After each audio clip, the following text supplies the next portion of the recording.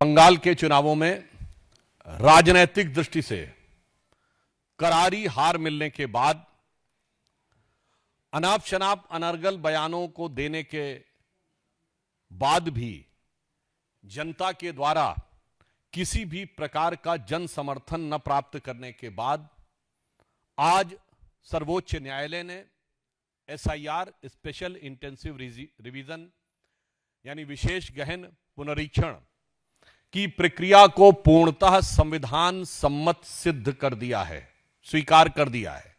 मुझे लगता है कि राजनीतिक पराजय के बाद और देश में अराजकता अव्यवस्था उत्पन्न करने की नैतिक पराजय के बाद अब यह विपक्ष और विशेषकर कांग्रेस पार्टी की संवैधानिक धरातल पर भी यह पराजय हुई है।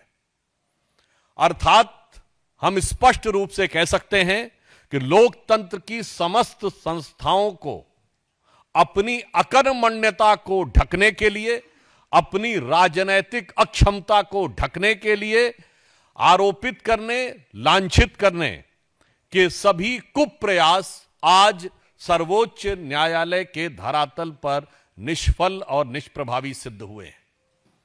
इसलिए यह कांग्रेस की एक पूर्ण पराजय है जो नैतिक, राजनीतिक और संवैधानिक तीनों आयामों पर कांग्रेस और विपक्ष ध्वस्त हो गया है। After a decisive and massive defeat in Bihar and West Bengal, and after their nefarious design to instigate anarchy in the country and getting no response, so that was a moral defeat.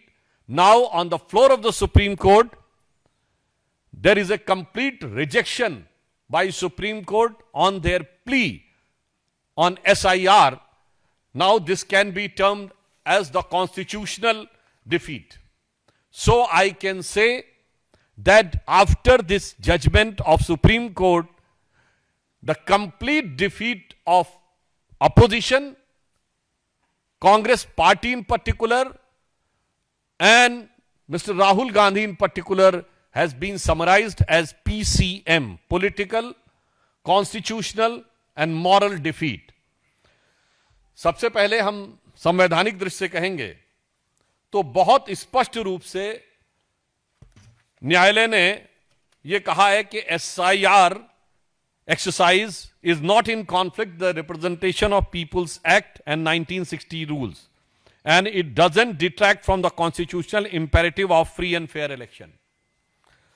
न्यायालय ने और भी आगे स्पष्ट रूप से कहा है कि एसआईआर के माध्यम से जिस उद्देश्य को प्राप्त करने की कोशिश की जा रही थी उसका स्वतंत्र और निष्पक्ष चुनाव सुनिश्चित करने के संवैधानिक लक्ष्य के साथ सीधा संबंध है।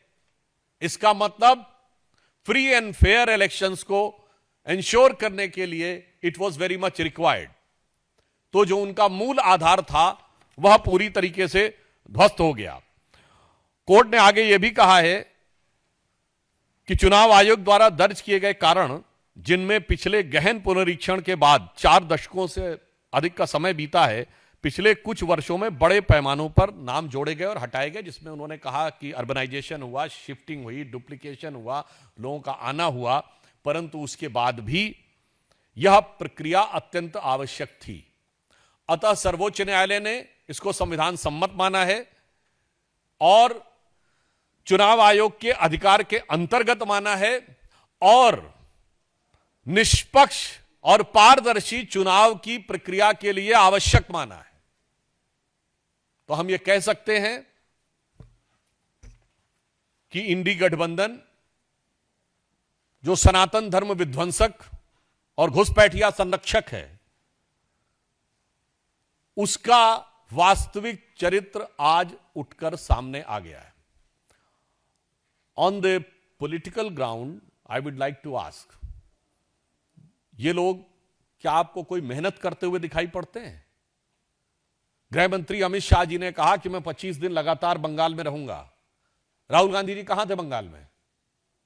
चलिए, आप कह सकते हैं कि बंगाल में हम बहुत मेन क्लेमेंट नहीं थे, तो असम में तो आप मुख्य विपक्षी दल थे। कितने दिन रहे विपक्ष में वहां असम में जाकर?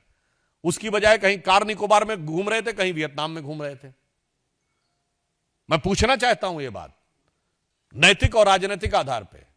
हमारे सभी प्रमुख नेता, हमारे पूर्व राष्ट्रीय अध्यक्ष नड्डा जी, वर्तमान राष्ट्रीय अध्यक्ष नितिन नवीन जी, इसके अतिरिक्त अमित शाह जी, इसके अतिरिक्त रक्षा मंत्री राजनाथ सिंह जी, तमाम लोगों की आपने वो बैठकें देखी होंगी, वो सम्मेलन देखे होंगे, जो शक्ति केंद्र और बूथ लेवल कार्यकर्ताओं के कार्यक्रम आपने देखे, मंडल अध्यक्ष स्तर लोगों के कार्यक्रम देखे।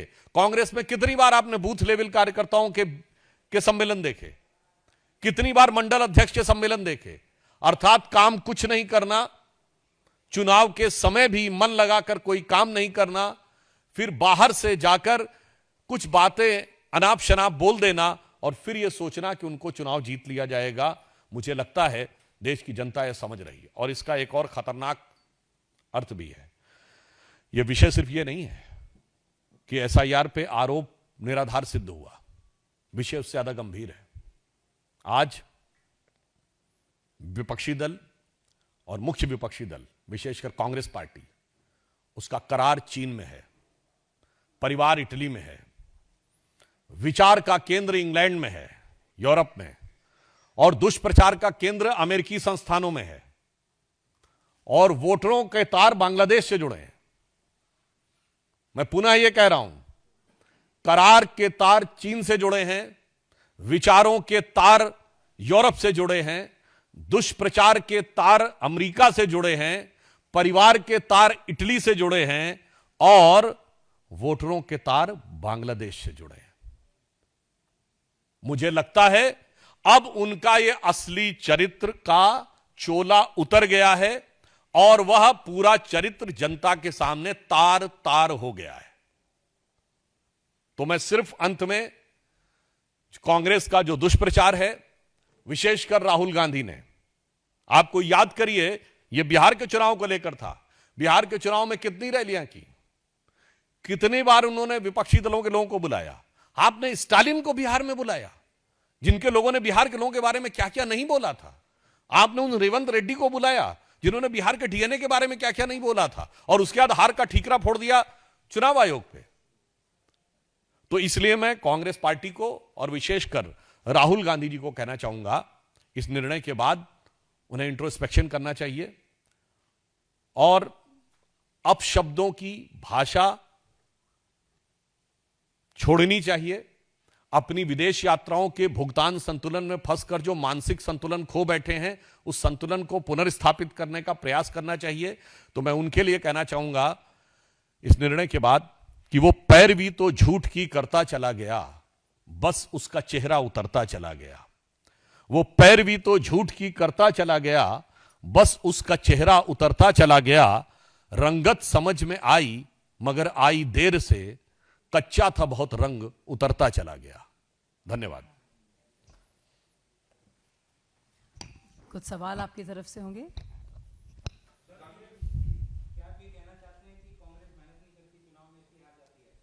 अब मैंने तो यह प्रश्न सामने रखा है, आपने कितनी बार उनको जिला अध्यक्षों के, मंडल अध्यक्षों के, बूथ केंद्रों के कार्यकर्ताओं के बीच में काम करते हुए देखा है?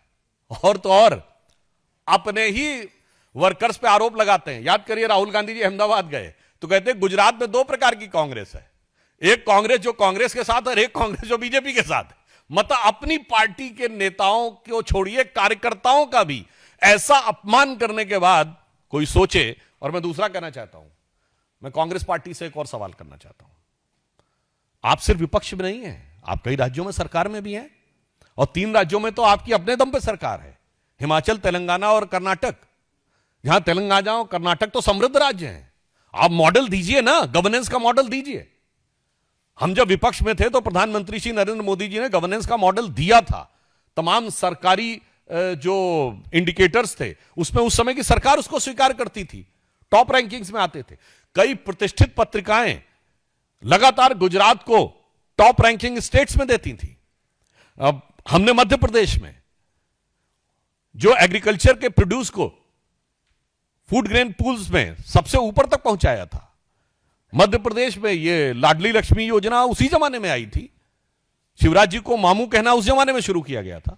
उत्तर प्रदेश में हमारी सरकार, इवन जब कल्याण सिंह जी की सरकार आई थी और राजनाथ सिंह जी मुख्यमंत्री थे, तब लॉ एंड ऑर्डर इतना मजबूत होता था। वो एक मॉडल था। तो मैं कह रहा हूं आपका मॉडल क्या है? विपक्ष में कोई मॉडल नहीं। मॉडल यह है कि हर राज्य में 2 धड़े हैं कांग्रेस में, और तुम धड़म धड़ैया रहे, सबसे बड़े लड़ैया रहे, कि पहले मुझे मिल जाए कि मुझे मिल जाए।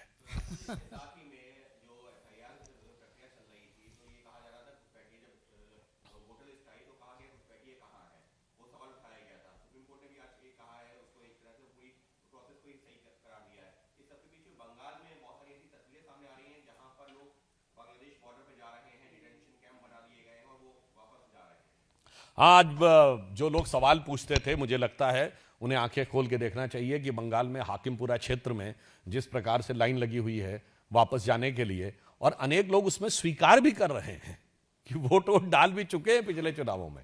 इससे पहले भी जब यह विषय आया था तो ऐसे लोग भी थे जिन्होंने ऑन कैमरा मतलब इस बात को स्वीकार किया कि 4-4 बार वोट डाल चुके हैं। तो मुझे लगता है कि ज्यादा वोट के लालच में और घुसपैठियों के लालच में कांग्रेस को नहीं पड़ना चाहिए था। एक पुरानी उर्दू की कहावत होती है, कम खाए गम खाए, न हकीम का जाए न हाकिम का जाए। हाकिम का मतलब आप समझते हैं, ऑफिसर, पुलिस वाला, और हकीम मतलब डॉक्टर।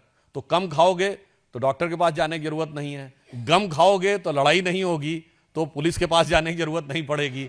तो इसीलिए मैं कह रहा हूं, हाकिमपुरा से उन्हें यह संदेश लेना चाहिए था कि अगर उन्होंने वोट का लालच थोड़ा कम खाया होता तो यह हाकिमपुरा का जो मुकाम है वो नहीं दिखाई पड़ रहा होता। और यह इस बात को प्रमाणित करता है कि गृह मंत्री अमित शाह जी ने जो बात कही वो अक्षरशः सत्य थी। फिर भी किसी को शक व शुबह हो तो बांग्लादेश का एक सांसद तक बोल चुका था कि यदि बंगाल में भाजपा की सरकार आ जाएगी तो बहुत से लोग वापस आने लगेंगे। अब वापस आने के बाद भी किसी को ना समझ में आए तो मैं यह भी याद दिला देना चाहता हूं कि 2024 के लोकसभा चुनाव में द डेली स्टार, जो कि बांग्लादेश का अखबार है, उसमें कांग्रेस के नेता अखबार में आर्टिकल लिख रहे थे कि मोदी हैज टू गो। तो मैं पूछना चाहता हूं, चुनाव भारत में हो रहा था, बांग्लादेश के अखबार में क्यों आर्टिकल लिखा जा रहा था कि मोदी हैज टू गो? ये बांग्लादेश में संदेश क्यों दिया जा रहा था? और वो संदेश का प्रभाव देखिए। असम के मुख्यमंत्री हेमंत बिश्व शर्मा जी ने कहा है कि असम का धुबरी क्षेत्र मिनी बांग्लादेश है, और उस तथा कथित मिनी बांग्लादेश, जो मैं नहीं कह रहा हूं, असम के मुख्यमंत्री एक नहीं अनेक बार कह चुके हैं, तो उनसे ज्यादा तो बेहतर स्थिति को नहीं जानता होगा। वहीं से सबसे रिकॉर्ड जीत कांग्रेस को हासिल हुई है।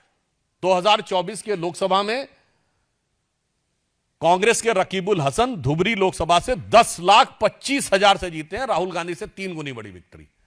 तो मुझे लगता है इसके बाद अगर आप तार जोड़ के देखेंगे तो सारा खेल समझ में आ जाएगा। टॉपिक यही रखिए, आखिरी सवाल। चलिए।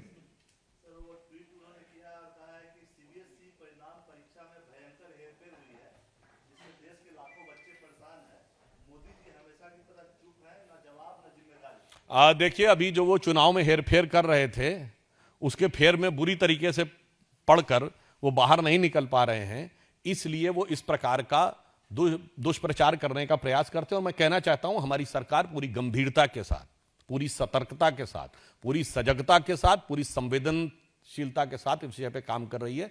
हम वो लोग नहीं हैं कि इनके राजस्थान के मुख्यमंत्री कहते थे मैं जादूगर हूं, मैं सब ठीक कर दूंगा। इस ढंग का असंवेदनशील बयान देने वाले हम लोग नहीं हैं।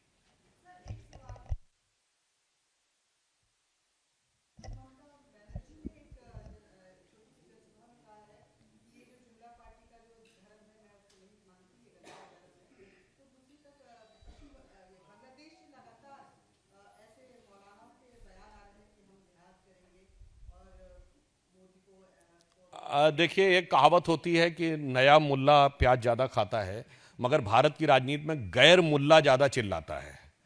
तो मौलाना उतना नहीं बोलते हैं जितने सेकुलर मौलाना बोलते हैं, और मजे की बात यह कि मुसलमान नहीं बोलते हैं जितना गैर कलमा पढ़े हुए मुसलमान जरूरत से ज्यादा बोलते हैं। तो इन सेकुलरों ने जो काम किया है, उन्होंने मुस्लिम समाज को ज्यादा बदनाम किया है।